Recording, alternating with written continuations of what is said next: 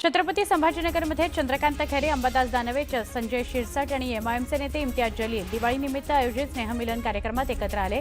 कार्यक्रमात सगळ्यांच्या गप्पा रंगल्या। कराडच्या बालसुधार गृहातील आणि मदरशामधील मुलांनी एकत्रित येऊन जाती धर्माच्या भिंती न ठेवता दिवाळी सण मोठ्या उत्साहात साजरा केला। वरिष्ठ पोलीस निरीक्षक राजू तहसीलदार आणि सामाजिक कार्यकर्ते यांनी मुलांना नवीन कपडे, फटाके आणि फराळाचं वाटप केलं। गोंदिया शहरामध्ये मोठ्या उत्साहामध्ये दिवाळी साजरी करण्यात आली। शहरातील सिव्हिल लाईन या परिसरामध्ये गेल्या 26 वर्षांपासून रांगोळी बघण्याकरता लोकांची मोठ्या प्रमाणात गर्दी होते। प्रधानमंत्री नरेंद्र मोदींसह देवांची, कलाकारांची तसंच क्रिकेट विराट कोहलींची रांगोळी सुद्धा काढण्यात आली। चंद्रपूरच्या साई संकल्प सेवा प्रतिष्ठानच्या वतीने दीपोत्सव सोहळा आयोजित करण्यात आला। 31,000 दिव्यांच्या माध्यमातून साईबाबांची रांगोळी काढण्यात आली। दीपावली उत्सवाकरता पुण्याच्या भोरमधील झेंडूचे मळे फुललेत। पिवळ्या, केशरी, लाल फुलांनी शेतीचा परिसर बहरला असून झेंडूला प्रति किलो 100 रुपयांचा भाव मिळाला। मुंबईच्या हवेची गुणवत्ता अत्यंत खराब श्रेणीत नोंदवली गेलेली आहे। शहर आणि उपनगरामध्ये अनिर्बंध फटाके फोडले गेल्यानं प्रदूषणाच्या पातळीमध्ये विक्रमी वाढ झाली आहे। संपूर्ण शहराचा AQI 187 नोंद झालेला आहे। त्यामुळे मुंबई हे जगातील दुसरं सर्वाधिक प्रदूषित शहर बनलं आहे। फटाक्यांवरील निर्बंध आणि न्यायालयीन बंधनं यामुळे यंदा दिवाळीत वायू प्रदूषण कमी होईल असा अंदाज होता, मात्र मुंबईकरांनी हा समज खोटा ठरवला। दिवाळीपूर्वी काहीशी कमी झालेली शहरातली हवा प्रदूषणाची पातळी सोमवारी फटाक्यांमुळे वाढली। शहरातील भायखळा, माझगाव, नेवीनगर, कुलाबा, वरळी इथं वाईट हवेची नोंद झाली। तसंच इतर भागांमध्येही हवेचा दर्जा वाईट श्रेणीमध्ये नोंदवला गेला।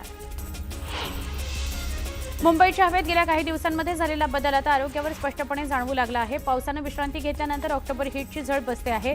सकाळी धुकं, वाहनांचा धूर, बांधकामातील धूळ, दुपारी वाढतं तापमान, रात्रीची दमट हवा या सगळ्याचा परिणाम आता नागरिकांच्या फुफ्फुसांवर होऊन श्वसनविकार होण्याची शक्यता व्यक्त केली जाते। वाऱ्यांची बदललेली स्थिती, आर्द्रता, सुरू असलेली बांधकामं, प्रकल्प आणि दिवाळीनिमित्त उघडले जाणारे फटाके यामुळे मुंबई, पुणे, नागपूरसह राज्यातील प्रमुख शहरांना रविवारपासून प्रदूषणानं विळखा घालायला सुरुवात केलेली आहे। मुंबई आणि नागपूरच्या हवेचा दर्जा सकाळी मध्यम श्रेणीमध्ये नोंदवला गेला। सलग काही दिवसांपासून सुरू असलेल्या उकाड्यानं हैराण झालेल्या मुंबईकरांना अखेर दिलासा मिळण्याची शक्यता आहे। शहरातील तापमानामध्ये गुरुवारपासून 2 ते 3 अंशांनी घट होण्याचा अंदाज खासगी हवामान अभ्यासकांनी व्यक्त केला। दरम्यान सांताक्रूज इथं सोमवारी सर्वाधिक तापमानाची नोंद झाली। इथं 35.9 अंश सेल्सिअस कमाल तापमान नोंदवलं गेलं। दिवाळी आणि थंडी असे एक समीकरण आहे, मात्र यंदा मुंबईच्या कमाल आणि किमान तापमानामध्ये वाढ नोंदवण्यात येत असल्यानं दिवाळी थंडीविना साजरी होतीये।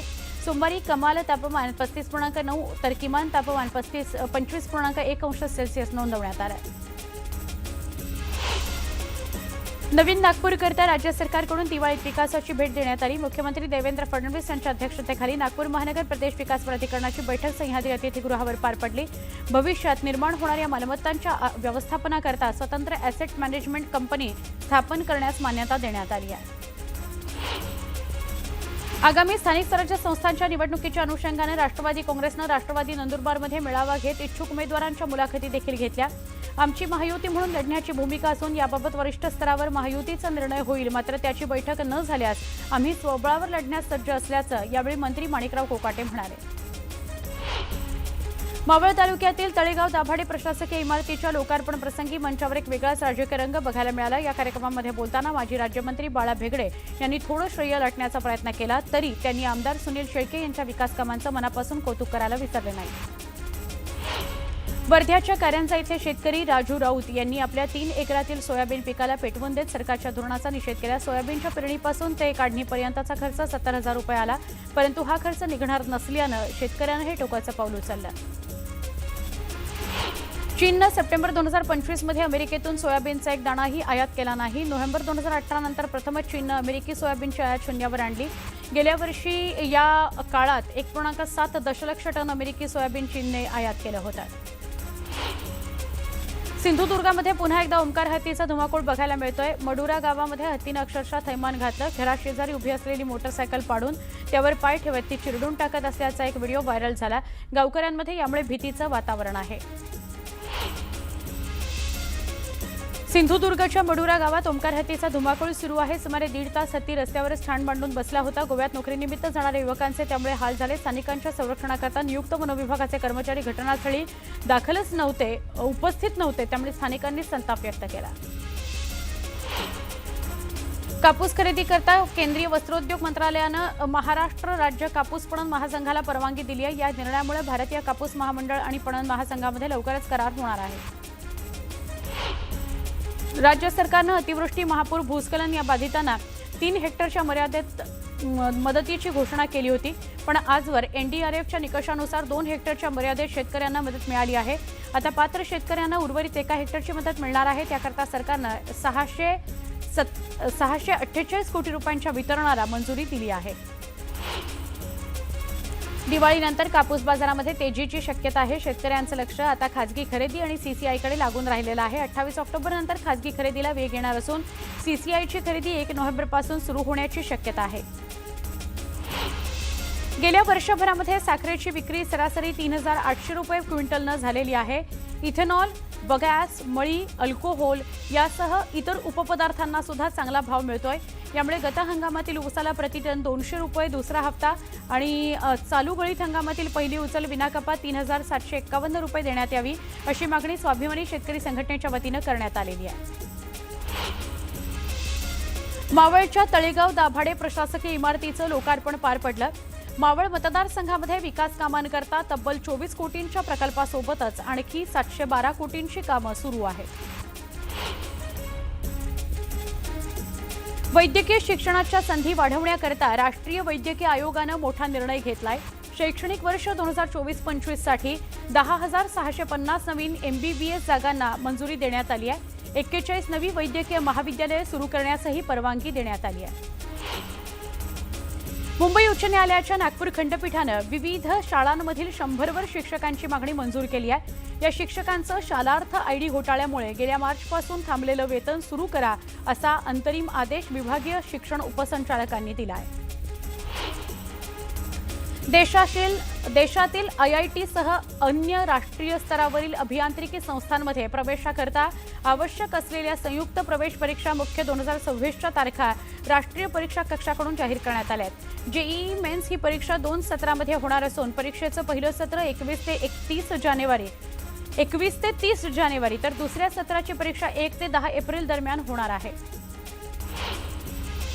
भारतीय औषध निर्माणशास्त्र परिषदेकडून महाविद्यालयांना मान्यता मिळण्याच्या प्रक्रियेला झालेल्या विलंबामुळे यंदा औषध निर्माणशास्त्र पदविका अभ्यासक्रमाचं पहिलं वर्ष फक्त 6 महिन्यांचंच असणार आहे। महाराष्ट्र राज्य तंत्रशिक्षण मंडळानं या पदविका अभ्यासक्रमांच्या पहिल्या प्रवेशाचं वेळापत्रक जाहीर केलं असून वार्षिक परीक्षा 30 एप्रिल 2026 पासून सुरू होणार आहे। सीबीएसई बोर्डानं फक्त हिवाळी सत्राकरता 10वी-12वीच्या प्रात्यक्षिक तारखा परीक्षा प्रकल्प मूल्यांकन निश्चित केलं आहे। 6 नोव्हेंबरपासून या प्रात्यक्षिक परीक्षा सुरू होत आहेत। परीक्षा 6 डिसेंबर 2026ला सुरू राहतील। देशातील वीज कंपन्या सध्या 6.9 लाख कोटी रुपयांच्या तोट्यात अडकल्या असून केंद्र सरकारनं त्यांच्याकरता खासगीकरणाचे दरवाजे उघडले आहेत। प्रस्तावित इलेक्ट्रिसिटी ॲक्टच्या दुरुस्तीच्या मसुद्यामध्ये सरकारनं याबाबत स्पष्ट संकेत दिले असल्याचा कामगार संघटनांचा दावा आहे। वीज कंपन्यांना खासगीकरणाकरता 3 पैकी 1 पर्याय निवडण्यास सांगितलं जाणार आहे। मुंबईमध्ये भाडेतत्वावर घर घेणं म्हाडाच्या 3य श्रेणीतील कर्मचाऱ्यांना शक्य नाही, त्यामुळे अनेक कर्मचारी कल्याण, टिटवाळा, बदलापूर, वसई विरार इथं वास्तव्यास होते। या कर्मचाऱ्यांना लांब पल्ल्याचा प्रवास करत अनेक दिव्य पार करत कार्यालय गाठावं लागतं। ही बाब लक्षात घेऊन म्हाडानं या कर्मचाऱ्यांना मुंबईमध्ये 164 घरं दिली आहेत। बनावट आणि निकृष्ट औषधांच्या विक्रीवर लगाम घालण्याकरता केंद्र सरकारनं औषधांच्या वेष्टणावर बारकोड आणि QR कोड छापणं अनिवार्य करण्याचा निर्णय घेतलेला आहे। लसी, प्रतिजैविक, मानसोपचारातील औषधं आणि कर्करोगावरील औषधांपासून या उपक्रमाची सुरुवात होणार आहे। अखिल भारतीय औषध विक्रेते आणि वितरक संघटनेनं या निर्णयाचं स्वागत केलेलं आहे। विविध कारणांमुळे चर्चेत असलेल्या महापालिकेच्या कुप्पर रुग्णालयामध्ये काही निवडक औषधांची टंचाई असल्यानं रुग्णांच्या नातलगांना ती बाहेरून खरेदी करावी लागत आहेत। औषध खरेदी वेळेत न केल्यानं तुटवडा निर्माण होत असल्याचं सूत्रांनी सांगितलं। रुग्णालय प्रशासनानं मात्र खरेदी प्रक्रिया सुरू असल्याचा दावा करत सगळी औषधं लवकरच उपलब्ध होतील असं स्पष्ट म्हटलेलं आहे। गेल्या आठवड्यामध्ये मोठी भाववाढ झाली। चांदीच्या भावात भाववाढ झाली असली तरी सुद्धा थोडीशी घसरण म्हणजे 3-4 हजारांची घसरण बघायला मिळाली। 1000 रुपयांपर्यंत भाव काल कमी आले. धनत्रयोदशीपासून कालच्या दिवसापर्यंत 1000ने भाव कमी आले. त्यामुळे चांदी सध्या 1,70,000 किलोला मिळतीये. सोन्याच्या भावात 100 रुपयांची घसरण होऊन 1,28,400 रुपये इतका भाव प्रति 10 ग्रॅमसाठी सोन्याचा झालेला आहे. मध्य रेल्वेच्या ताफ्यामध्ये एक नवीन एसी लोकल लवकरच दाखल होणार आहे. या लोकलच्या 14 फेऱ्या वाढणार आहेत. त्यामुळे मुंबईकरांचा प्रवास गारेकर होणार आहे. पुरंदर इथल्या प्रस्तावित आंतरराष्ट्रीय विमानतळाकरता 7 गावांमधील किरकोळ गट वगळता मोजणी प्रक्रिया पूर्ण झालेली आहे. यापूर्वी ड्रोन सर्वेक्षण पूर्ण झाल्यामुळे विमानतळाच्या पुढील प्रक्रियेला गती मिळण्याची शक्यता आहे. येत्या काही दिवसांमध्ये प्रत्यक्ष भूसंपादन जिल्हा प्रशासनाकडून सुरू करण्यात येणार आहे. नवी मुंबई आंतरराष्ट्रीय विमानतळाच्या विस्ताराला महाराष्ट्र राज्य सागरी किनारा प्राधिकरणानं मंजुरी दिली आहे. सध्याच्या 1160 हेक्टर क्षेत्रावरच विमानतळाचा हा विस्तार करण्यात येणार असला तरी तो 4 नव्हे तर 5 टप्प्यांमध्ये करण्यात येणार आहे. यामुळे विमानतळावरील प्रवासी आणि मालवाहतूक क्षमता मोठ्या प्रमाणावर वाढणार आहे. हे 5 टप्पे मिळून 1 लाख कोटींहून अधिक खर्च अपेक्षित आहे. महाराष्ट्राच्या विकासाचा रोडमॅप तयार करण्यात आला असून त्यासाठीच्या व्हिजन डॉक्युमेंटच्या मसुद्यामध्ये मुख्यमंत्री देवेंद्र फडणवीस यांच्या अध्यक्षतेखाली झालेल्या बैठकीत मान्यता मिळालेली आहे. राज्य मंत्रिमंडळाच्या मान्यतेनंतर ते लागू होईल आणि त्यानुसारच विविध विभागांसाठीची आर्थिक तरतूद केली जाणार आहे. नागपूरच्या पोलीस वसाहतीतील सदनिकेमध्ये घरगुती गॅस सिलेंडरचा स्फोट झाला. सुदैवाने अपघातात कुठलीही जीवितहानी झाली नाही. घटनेच्या वेळी घरातील कुटुंब बाहेर असल्यानं मोठी दुर्घटना टळली. ऐन दिवाळी सणाच्या दिवसात मोठा घातपात घडवण्याच्या प्रयत्नात असलेल्या 4 गुन्हेगारांना चंद्रपूर शहर पोलिसांनी अटक केली आहे. 2 माउजर, 2 देशी कट्टे, खंजर, 35 कारतूस, बुरखे, जॅकेट, ग्लोव्ज असा मोठा मुद्देमाल ताब्यात घेण्यात आलाय. गुप्त माहितीवरून एका डस्टर गाडीला थांबवून पोलिसांनी तपासणी केली. नागपूर विभाग पदवीधर निवडणुकीकरता मुख्यमंत्री देवेंद्र फडणवीस यांनी मतदार नोंदणीचा अर्ज भरला. पुढील वर्षी होणाऱ्या पदवीधर निवडणुकीकरता भाजपनं जोरदार तयारी सुरू केली आहे. मुख्यमंत्री देवेंद्र फडणवीस यांनी नोंदणी अर्ज भरून या मोहिमेला सुरुवात केली आहे. वर्ध्याच्या हिंगणघाट इथं काँग्रेसच्या शेकडो कार्यकर्त्यांनी आमदार समीर कुणावार यांच्या उपस्थितीत भाजपत प्रवेश केला. यावेळी जिल्हा भाजप पदाधिकाऱ्यासह ज्ञानेश्वर रोडातील कार्यकर्ते मोठ्या संख्येने उपस्थित होते. राजस्थानच्या उदयपूरमध्ये दिवाळीचा उत्साह बघायला मिळाला. दिवाळीनिमित्त शहराच्या मुख्य चौकात आकर्षक रोषणाई करण्यात आली होती.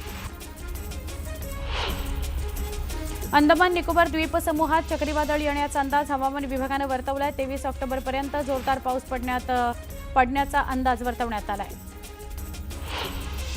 जम्मू काश्मीरच्या शोपियामध्ये सुरक्षा दलानं आयईडी बॉम्ब नष्ट केलाय. दहशतवाद्यांकडून सुरक्षा दलाच्या जवानांना टार्गेट करण्याचा हा डाव असल्याची माहिती समोर आली आहे.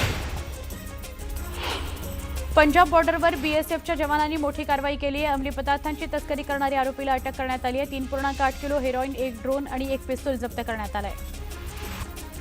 देशभरामध्ये दिवाळीचा उत्साह बघायला मिळतोय. अशातच कुतुब मिनार परिसरात आकर्षक विद्युत रोषणाई करण्यात आली आहे.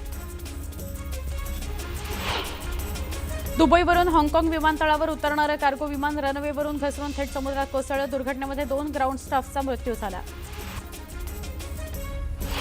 रशियन संरक्षण मंत्रालयानं मोठा दावा केलाय. एका दिवसात युक्रेनचे 129 ड्रोन पाडल्याचा दावा रशियाकडून करण्यात आलाय. आतापर्यंत आपण तब्बल 11 लाखांहून अधिक रशियन सैनिकांचा खात्मा केला असा दावा युक्रेन सरकारकडून करण्यात आला. युद्धादरम्यान दोन्ही देशांकडून दावे प्रतिदावे सुरू आहेत. दक्षिण चीन समुद्रात ऑस्ट्रेलिया आणि चीन आमने सामने आले आहेत. ऑस्ट्रेलियाने चीनवर विमान पाडण्याचा कट रचल्याचा आरोप आहे.